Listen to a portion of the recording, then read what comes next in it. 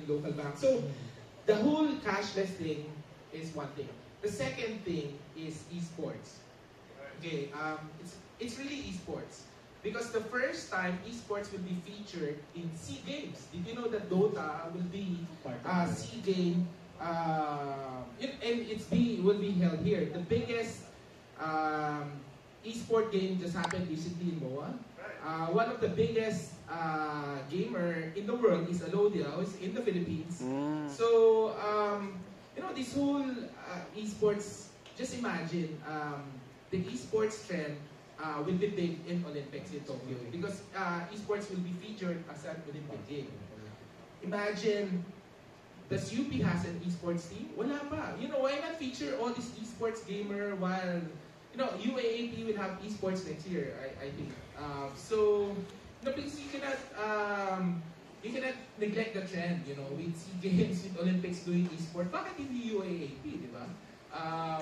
So, if you're into gaming and all the esports, that's one big thing. The third thing would be, of course, this e-commerce thing. There's a lot of logistics investment in the Philippines.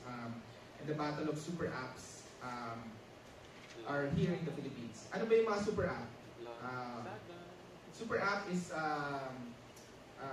was led by, kasi Chinese leads the world in mobile technology, not Silicon Valley. So the first super app is WeChat, meaning you can do a lot of things.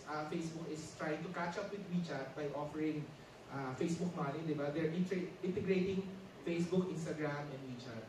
Napansin niyo yung bagong logo na ng Facebook, di ba? Instagram na. Ginawa na nilang orange kasi wala, nandun na. They're integrating everything to Instagram, WeChat, and Messenger. Sino pa ba mga super app?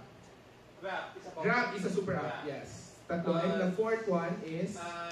what's the Indonesian Grab? Yes, the Gojek is entering. So, there are 4 super apps that's battling here in Southeast Asia. But of course, the local conglomerates wanted to get into super apps and stuff. Gcash. Papasok dito. Well, Gcash is kasi by China eh. Alibaba na yung nagpuan ng Gcash eh.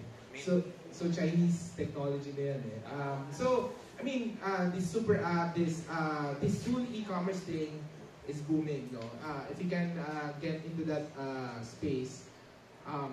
And also food and travel is just, remember that Asia and the Philippines is lagging in terms of food and travel. Ngayon pa lang nagbo-boom ang food and travel in the Philippines. So, but admittedly, it's really quite competitive. Kasi nga, like for example, if you're a blogger, you compete with Spot, for example. Spot has its own lab just for sponsored content. Dami na ng tao. CNN also, all these sites. So, ang hirap lang. But I think food and travel, you have to go after the big niches. Don't, at least that's my philosophy. Don't go after the smaller, segment. Go for what's trending.